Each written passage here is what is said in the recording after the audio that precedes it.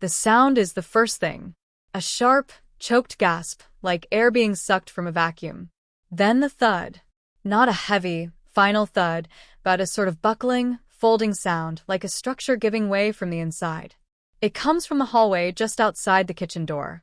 I don't move immediately. My hands are wet, suspended over the sink. The water runs, a thin stream, steady, indifferent. I feel a chill that has nothing to do with the water temperature. It starts in my gut and spiders out, cold and sharp. I know that sound. I know that silence that follows it. He doesn't cry out. There's no shout, no curse. Just the gasp, the fall, and then nothing. A terrible, deep quiet descends over the house, heavier than the water in the pipes, colder than the air conditioning. I count the seconds in my head. 1, 2, 3. Still nothing. Is he breathing? I picture him out there, sprawled on the hardwood floor, his face slack, maybe pale, maybe red. Did he hit his head? Does it matter? The water keeps running. It feels important, somehow, this small, normal sound cutting through the sudden, awful stillness. It's a lifeline back to the mundane, to a world where men don't just collapse in hallways. But that world feels a million miles away right now. It feels like a place I used to live, a long, long time ago before the secrets started, before the rot set in, before the money disappeared. 5, 6, 7. Still nothing. He must have just gotten the call. Or the text. The one that delivered the final blow. The one I knew was coming. The one I, in a way, orchestrated. The knowledge sits in my stomach, heavy and cold, like a stone. It's not exactly satisfaction. Not glee. It's something much quieter, much harder to define. It's the end of waiting. The end of pretending. The end of the agonizing, drawn-out theater of his downfall. I turn off the water. The silence rushes in, complete now, absolute. My heart is beating, a frantic bird trapped in my chest. My hands are shaking, not from fear, but from a coiled tension that has lived inside me for months, years maybe. It's finally releasing, vibrating through my muscles, making my teeth clench. I dry my hands slowly, deliberately on the dish towel. Each movement is precise, controlled. I am not rushing. I am not panicked. I am ready. I walk to the kitchen door, my footsteps unnaturally loud in the quiet house. My hand reaches for the doorknob. It's cold under my fingers. I pause. Take a breath. The air smells faintly of the dinner I wasn't able to eat, the one he wasn't home for.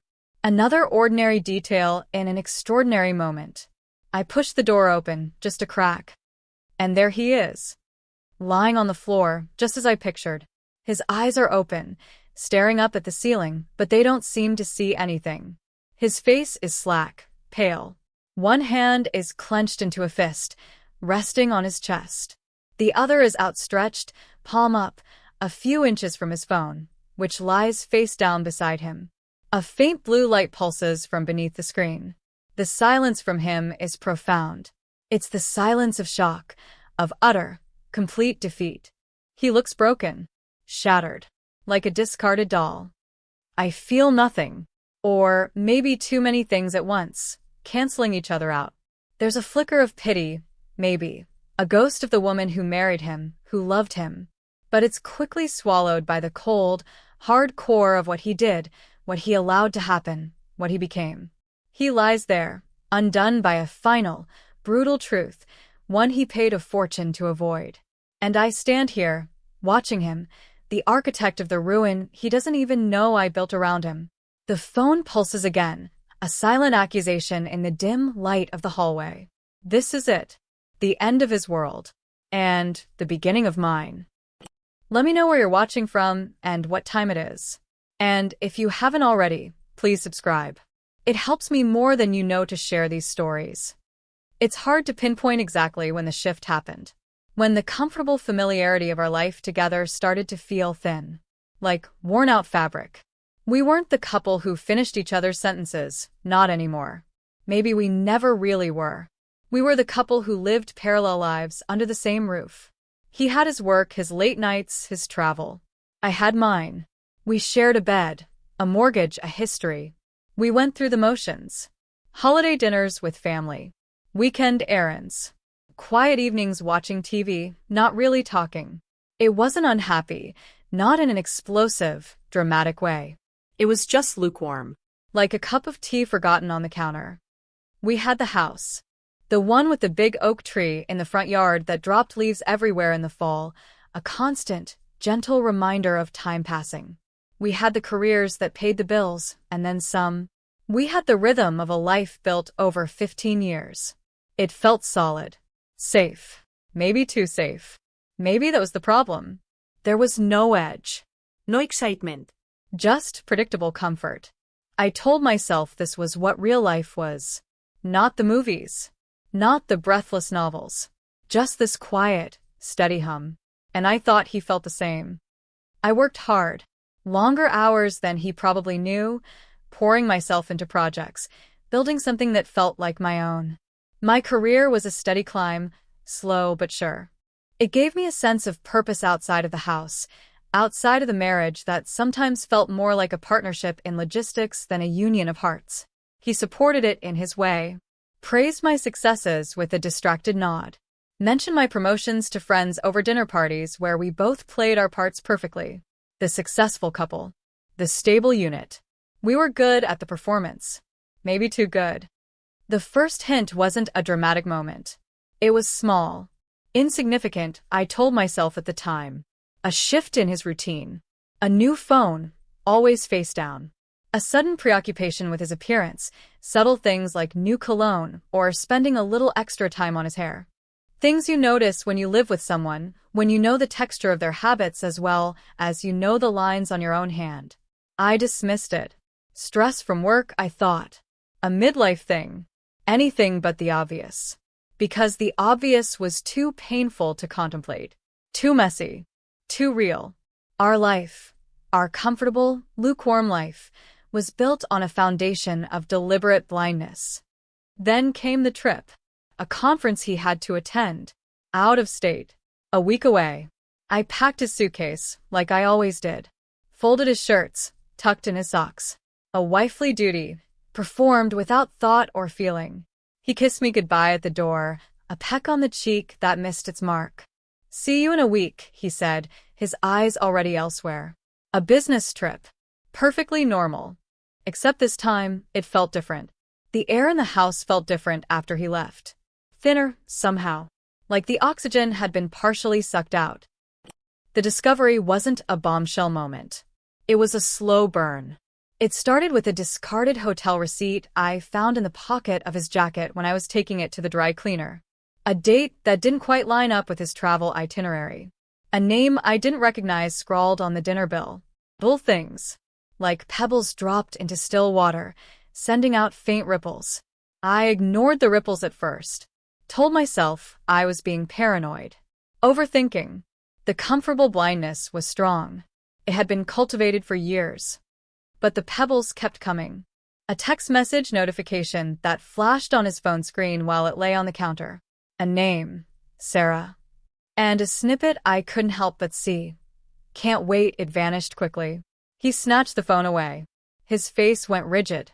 He muttered something about work, about a colleague. His eyes didn't meet mine. That's when the comfortable blindness started to fray. The edges were exposed, raw and painful. The lukewarm tea was suddenly ice cold. Then came the financial part. This wasn't just about stolen moments or whispered words. This was about our life, our future, the solid ground I thought we stood on. It started subtly. Missing amounts in the joint account. Small transfers I didn't recognize. He explained them away as work expenses, investments, things I wouldn't understand. I didn't push. Not yet. The comfortable blindness still held some sway, buttressed by 15 years of trust, however eroded. But the amounts grew. Larger transfers. To accounts I couldn't identify. Lines of credit suddenly maxed out. Our savings dwindling faster than they should have been. Panic began to set in. A cold, clawing fear that had nothing to do with love or betrayal, and everything to do with security. My security. Our security. Or what was left of it. I started digging. Quietly. carefully. Not like a wife looking for proof of infidelity, but like an accountant trying to find a leak. I went through bank statements, credit card bills, loan documents. It was like piecing together a dark, twisted puzzle. The transfers, the payments, and one name, recurring again and again. Sarah. Connected to payments described as consulting fees, expenses, reimbursements, lies. All of it. Thinly veiled payments to someone who wasn't a consultant, wasn't an employee, wasn't anyone connected to his legitimate business. She was the leak. The drain on her life. The truth hit me like a physical blow, right in the chest, leaving me breathless and dizzy. It wasn't just an affair. It was an expensive affair. He wasn't just seeing her. He was funding her, paying her way, and the payments were specifically targeted. Rent. Car payments, and one large, recurring transfer, clearly labeled as a student loan payment. He was paying off her student loans. With our money. The money I had worked for, saved, planned a future with. The anger that exploded inside me was unlike anything I had ever felt. It wasn't the hot, volatile anger of a lover betrayed. It was colder, sharper, more focused. It was the anger of a partner defrauded. A businesswoman discovering a massive theft. He hadn't just broken his vows. He had broken the financial contract of our life together. He was using the foundation of our shared security to build someone else's future. Sarah's future. With our money. I remember the confrontation like a scene from a play. Rehearsed, but still full of raw emotion. I laid out the evidence, piece by piece. The statements. The transfers. The name Sarah. My voice was steady, unnaturally calm. It was the calm before the storm. He denied it at first. Blustered. Lied. His face was pale, his eyes darting. But the weight of the paper evidence was too heavy. He crumbled. Slowly. Deflated. He confessed. Not with remorse, not really. More with a weary resignation, like a child caught with their hand in the cookie jar. Yes, Sarah. Yes, the affair. Yes, the money. He talked about her troubles, her student loan debt, how much pressure she was under. He spun a narrative of himself as a rescuer, a white knight. It was pathetic. He didn't seem to understand the magnitude of his betrayal, not just of my trust, but of our entire shared life. He saw it as a mistake, a temporary lapse. I saw it as a demolition. He insisted he had to help her. He felt responsible for her. Responsible for the woman he was cheating with, the woman he was using our money to support. The twisted logic of it was breathtaking. He felt more obligated to her than to me, his wife of 15 years, the woman who had stood by him, built a life with him. He actually argued that he had to pay off her loans. It was an obligation, he said. A promise. He used the word promise without any apparent irony, standing there having just broken the biggest promise of his life. The early struggles were financial. The bank accounts were dangerously low. Bills were piling up. The money he had siphoned off was gone, sunk into Sarah's debt, into her life. I had to scramble, cut expenses drastically, work even longer hours. The fear was constant, a low hum beneath every thought. How would I manage? What would happen if I left? Could I even afford to leave? He seemed oblivious to the chaos he had created. Still caught up in his drama with Sarah, his perceived duty to her. He was living in a different reality, one where the only problems were his complicated feelings for her, not the literal collapse of our financial stability. He promised to stop seeing her. He promised to stop the payments. Empty words, I knew even as he spoke them. The pull she had on him, the desperate need he seemed to have to be her savior, was stronger than any promise he could make to me. I watched him, a hollow space opening up inside me. This wasn't the man I married. Or maybe he always was, and I just hadn't seen it. The comfortable blindness had been mine too. The payments continued. Smaller now, maybe less frequent, but still there.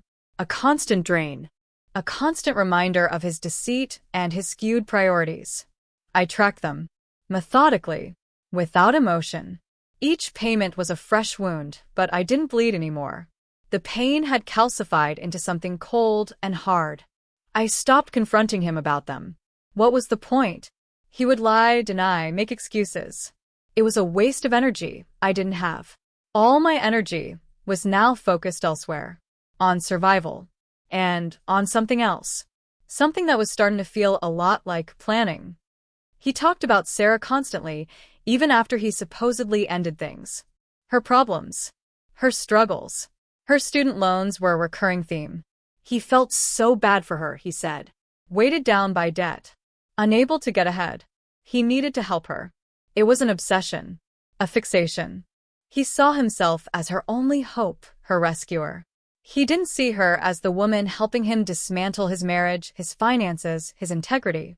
He saw her as a damsel in distress, and himself as the hero. I listened. I let him talk. I asked questions. Innocent questions, designed to gather information without raising suspicion. Where did she go to school? How much did she owe? What were her plans once the debt was gone? I learned about her, piece by piece, from his own infatuated ramblings. Her dreams of moving somewhere new. Her frustration with her current life. The weight of the loans was the only thing holding her back, he believed. If that was gone, she could finally fly. This was the midpoint shift. Listening to him talk about freeing Sarah, about the burden of the loans, something clicked into place. A cold, clear thought formed in my mind. The loans weren't a debt holding her back. They were leverage, not just for him, but for me. He saw paying them off as buying her freedom and perhaps her devotion to him. I started to see it differently. Paying them off wasn't about securing her. It was about freeing her from him, and freeing myself from him in the process.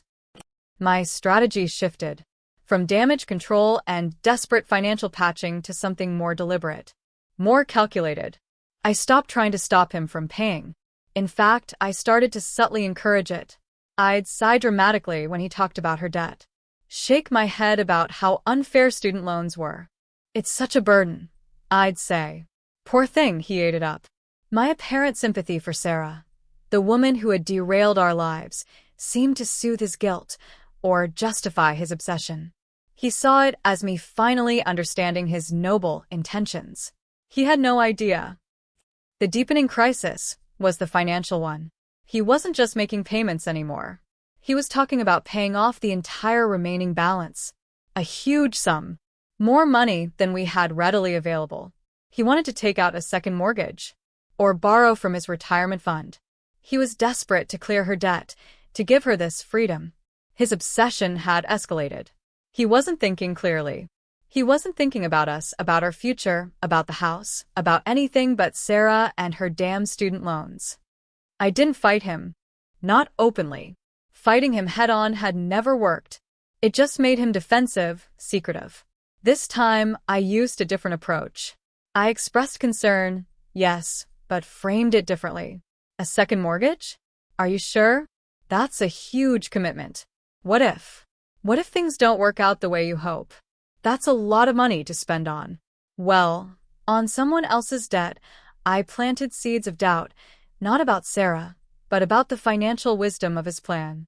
This wasn't me being the angry wife. This was me being the sensible financial partner. He listened to that, or at least he pretended to. He went ahead anyway. Found a way to get the money. I don't know the exact details, not all of them. Loans from family? Borrowing against his business?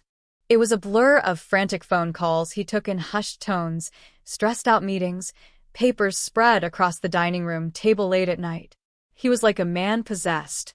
The goal was singular: pay off Sarah's loans. Give her her freedom. He saw it as his grand gesture. The thing that would bind her to him forever. He was so sure. So pathetically, tragically sure. While he was arranging the funds, I was doing my own research. Sarah wasn't just waiting around. She was active online. Social media accounts she probably thought were private, but weren't private enough. I found posts about her dreams, yes, about moving to a specific city she loved, one on the other side of the country. And I found glimpses of someone else. Not just friends. Someone specific. Regular interactions. Inside jokes.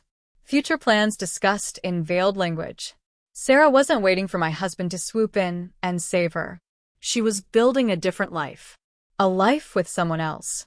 In another city. This was the turning point. The moment the final pieces clicked into place. He was about to hand her a massive sum of money, thinking it would buy her love and loyalty. I knew, with absolute certainty, it would buy her a plane ticket. And a U-Haul. To a different future, one that didn't include him. He was paying for her escape. And in doing so, he was signing his own financial death warrant. And opening the door to my freedom. My determination solidified. This wasn't just about getting back at him.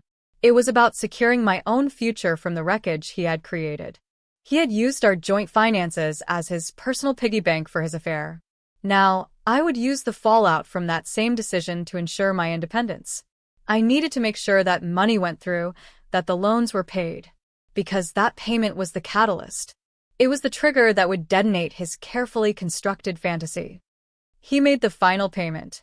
I saw it on the bank statement. A single, enormous transfer.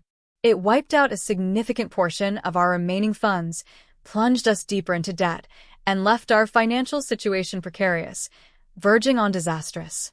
He came home that night, looking exhausted but triumphant. "It's done," he said, a proud smile on his face. "Her loans are paid off." He looked at me, expecting what? Approval? Relief? I just nodded. "That's good," I said, keeping my voice flat, neutral. He didn't see the storm gathering behind my eyes. He just saw the quiet wife, accepting his narrative. He spent the next few days in a state of hopeful anticipation, checking his phone constantly, smiling to himself. He talked about Sarah's excitement, her relief. He was convinced she would be overflowing with gratitude, ready to commit to him fully now that her burden was lifted. He was planning their future, out loud, in front of me, as if I were merely furniture. Moving in together. Starting fresh. His blindness was astounding. And it made what was coming even more inevitable. And, in a twisted way, more satisfying. He expected her to move in with him. He had talked about it, planned for it. He saw paying off her loans as the final hurdle cleared. Their fresh start would begin now. He had even made arrangements, cleared out a closet, made space in the garage. He was living in a fool's paradise, a house built on sand. The climax. The moment the sandcastle collapsed. It happened mid-afternoon on a Tuesday. A perfectly ordinary Tuesday. The sun was shining. Birds were singing outside. I was in the kitchen, washing dishes, the sound of the running water a familiar comfort. He was in the hallway on his phone. I heard his voice, low at first, then rising in confusion. "What do you mean, moving? Moving where? I thought you were coming here." His voice got louder, tighter. desperate."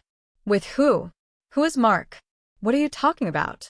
Silence from his end, presumably Sarah explaining, or perhaps not explaining at all. Just stating the facts. He wasn't her future. Mark was. And the money he just paid? That was her ticket to Mark. His voice cracked. "But the loans. I paid them off. "For you." So you could. So we could." Another silence. Longer this time.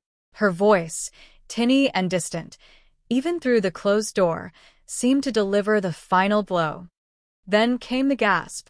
The one I heard from the kitchen. The one that sucked the air from his lungs. And the thud. The sound of his body collapsing on the hardwood floor. He knew. He finally knew. He had given her a fortune, sacrificed his own financial stability, betrayed his wife, all for a future with a woman who had already packed her bags, using his gift to start a life with someone else. He lay there, broken, undone. The silence was deafening. But inside me, a different sound began. A slow, steady unwinding. The release of months, years, of tension, of fear, of cold, simmering fury. This is the plot twist. He thought he was betrayed by Sarah. He was. But he was also betrayed by the situation itself, a situation I had allowed, even subtly encouraged, to unfold. He thought he was buying her love. He was buying his own destruction. And my freedom. I walked out into the hallway, stepping over his outstretched hand.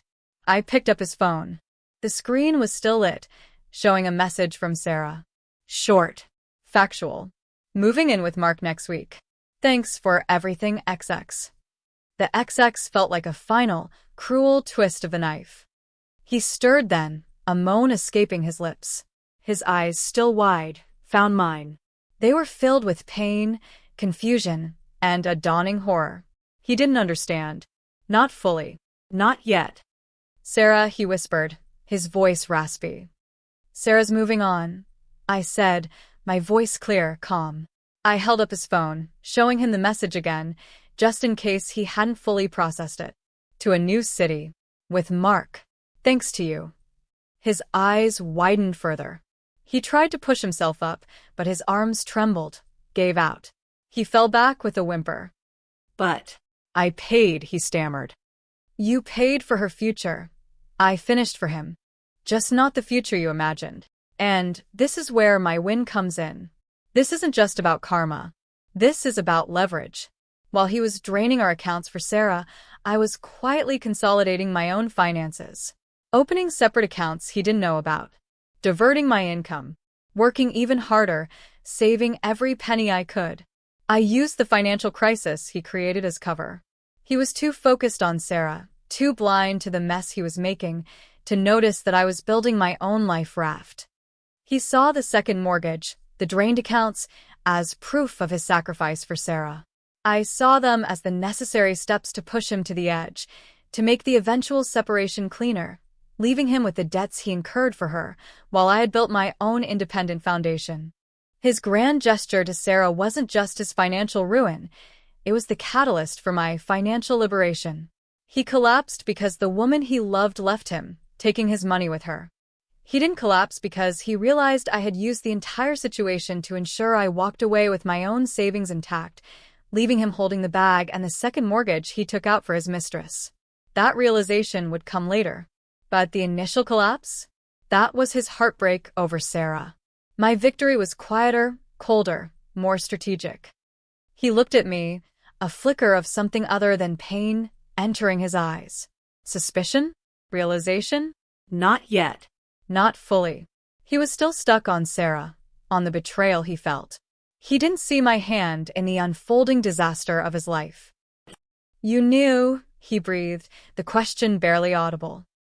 I didn't answer directly. I didn't need to. My silence, the look in my eyes, the phone in my hand, the calm in my voice, it told him everything he needed to know, and more than he could comprehend in that moment of shattering. The aftermath was quiet. The ambulance came. Paramedics checked him over. It wasn't a heart attack, they said. Just shock. A vasovagal response. His body's extreme reaction to extreme stress, extreme emotional pain. Humiliating in a way. To be literally floored by a text message. They recommended he go to the hospital for observation. I agreed.